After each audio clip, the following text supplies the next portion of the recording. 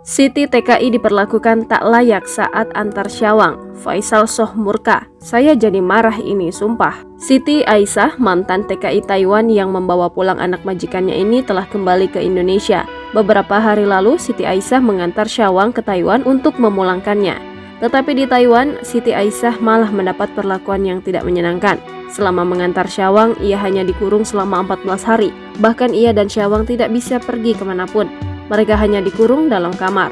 Mengetahui hal tersebut, Faisal Soh pun geram dengan perlakuan pihak Taiwan terhadap Siti Aisyah.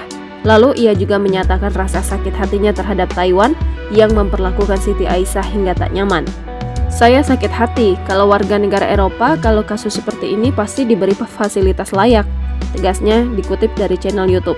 Bahkan ia juga marah dengan hal tersebut. Padahal menurutnya Siti Aisyah sudah merawat warga negara Taiwan di Indonesia dengan baik dan layak. Tetapi pihak Taiwan malah memberi perlakuan sebaliknya terhadap Siti Aisyah.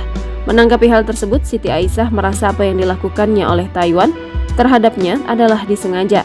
Menurutnya pihak Taiwan sengaja membuatnya tak betah tinggal di negara tersebut.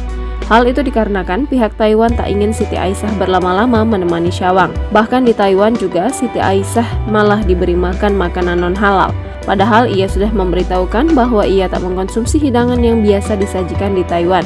Tetapi pihak Taiwan tak mendengarkan apa yang dikatakan Siti Aisyah. Ia tetap diberikan hidangan non-halal. Hingga akhirnya Siti Aisyah pun merasa sakit lambung dengan makanan yang disantapnya di sana.